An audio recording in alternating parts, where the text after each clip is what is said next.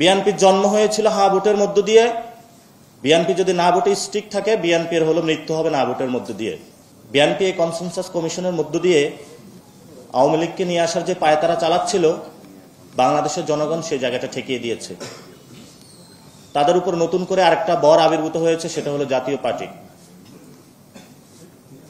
জাতীয় পার্টি এবং আওয়ামী লীগ প্রশ্নে আমরা কোনো ছাড় দিব না, কারণ তারা আমাদের পিঠের চামড়া তুলে নিয়েছিল। ওবায়দুল কাদের বলেছিল 5 লাখ লোক মারা যাবে, আমরা একটা লোকের গায়েও হাত দেই নাই। আমরা এখনো ধৈর্য ধারণ করতেছি,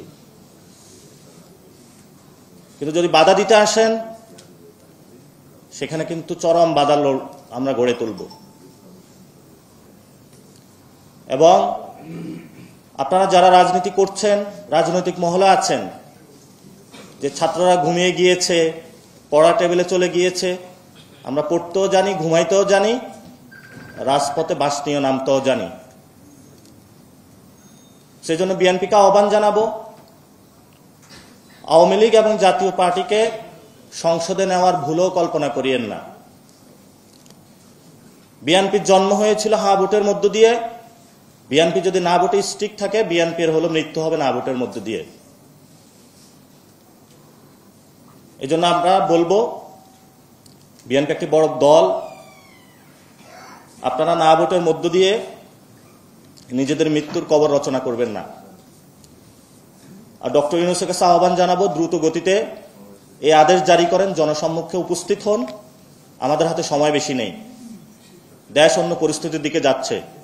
ফেব্রুয়ারির মধ্যে ইলেকশন দেন। আপনি যদি ফেব্রুয়ারির মধ্যে ইলেকশন না দিতে পারেন, তাহলে পরবর্তীতে যদি কোনো গৃহযুদ্ধের পরিস্থিতি হয়, সে দায়িত্ব আপনার কাঁধে বর্তাবে। কথা শেষ করব, যারা 1 বছর আরাম কেদারায় বসে বসে ফ্যামিলি মেম্বারদের নিয়ে রাষ্ট্রের বিভিন্ন জায়গা থেকে টাকা লোপাট করেছেন, এখন সার্ভিস দিতে হবে, যথেষ্ট হয়েছে। এই জন্য আজকে মান্না ভাই একটা প্রোগ্রাম করেছেন। এই প্রোগ্রামের দিয়ে এখানে 9টি দল নিজেদের মধ্যে একটা আন্ডারস্ট্যান্ডিং এসেছে, প্রিন্সিপাল বেসড। এই আন্ডারস্ট্যান্ডিং এর মধ্যে দিয়ে আমরা এগিয়ে যেতে চাই। এখানে অনেক সিনিয়র নেতৃবৃন্দ রয়েছেন, কিন্তু আল্লাহর রাস্তায় আপনারা সিটের কাছে বিক্রি হবেন না কেউ। একটা সিট না পাইলে কি হবে? আপনার মন্ত্রী না হলে কি হবে? মরার পরে যদি আপনার কবরে কেউ থুতু দেয়, একটি সিট দিয়ে আপনি কি করবেন? এজন্য আপনাদের কাছে আমাদের অনেক আশা রয়েছে, এই আশা আপনারা নষ্ট করবেন না।